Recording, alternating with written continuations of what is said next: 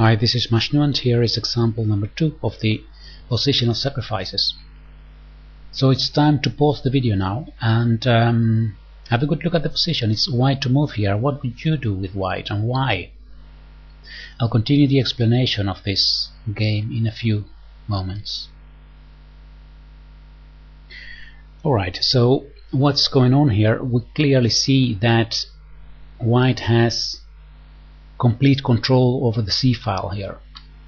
At the same time, black is controlling the C7 square and the C8 square. So there is no possible rook to C7 or rook to C8. So the question is how to enter into black's position, how to break through. In this game, the next move is a very beautiful one. The white player, by the way, was Nicolas Rosamolino, and he was playing against Gabriel Wood with black in 1949. Here Rosamolino played a wonderful move, and that is the pawn from f3 to f4. A very nice positional sacrifice. Let's have a look at the different possibilities. Of course, one of them is to take with the e pawn, the other one is to take with the g pawn, and the other one is to ignore the sacrifice. Let's have a look at the first one. If e takes f4, then the queen takes on f6. Queen takes f6, and the whole position of black collapses.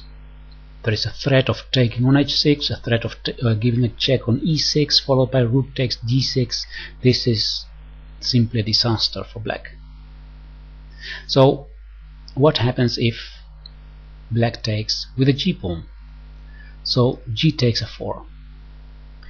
This is very interesting because by capturing with the g pawn, then the move g4 g5 is possible, and with this move white can sacrifice a second pawn but open this important diagonal.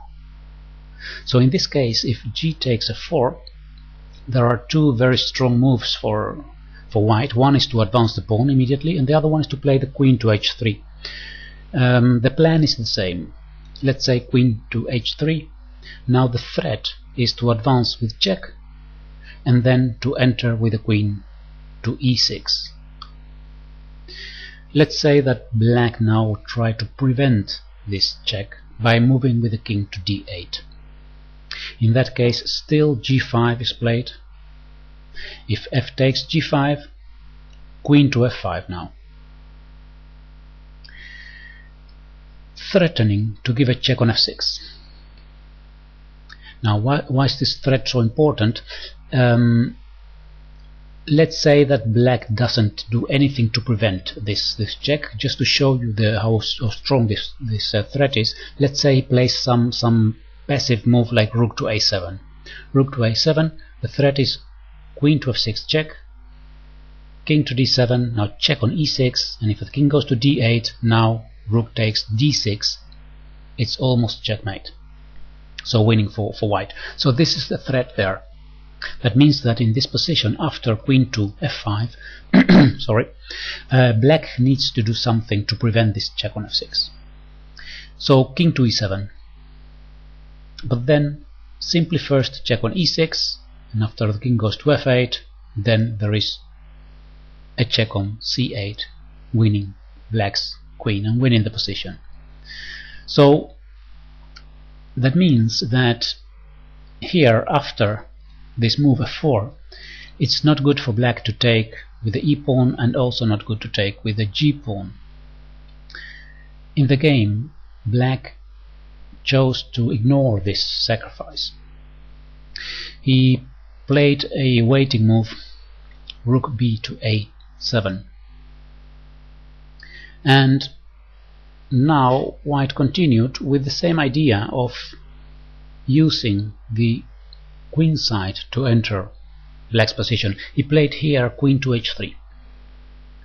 Again, black cannot take with the g pawn, and actually not also with the e pawn, because if he takes here with the e pawn, well, there is not immediately rook takes f6, but the queen can go to c3 and then threaten to take here. Black cannot play king to e7 to defend it, because there is a check here on c7. So this actually opening the position in any way is always better for white, because the black king becomes very vulnerable. Now in this position, black played queen to d8. It looks like black is building a very solid defense. But now comes the breakthrough. White plays f takes g5, and with this move white opens a second file, the f file. Of course you don't want to take here with the h pawn, because then white simply has an extra passed pawn and a weak pawn on f6. So in the game, f takes g5 was played. And here there is some maneuvering, rook to c1. The idea is to bring this rook to the file, to the f file, and then enter on f7. Black plays queen to e7, and white continues with queen to c3, threatening also on this side of the board to enter on c7. So we see these two open files now that become important. Black played here queen to d8, and now rook f1. So at this point white has control over both open files. King to e7 was played to prevent rook to f7 check, and white played rook to f5. As you can see, white is actually playing with much patience. Now both rooks are placed on very strong squares, defended by his own pawns, and controlling actually these two open files. Now here black played rook to d7, and now comes a wonderful last move of the game. Perhaps you would like to pause the video and have a look yourself.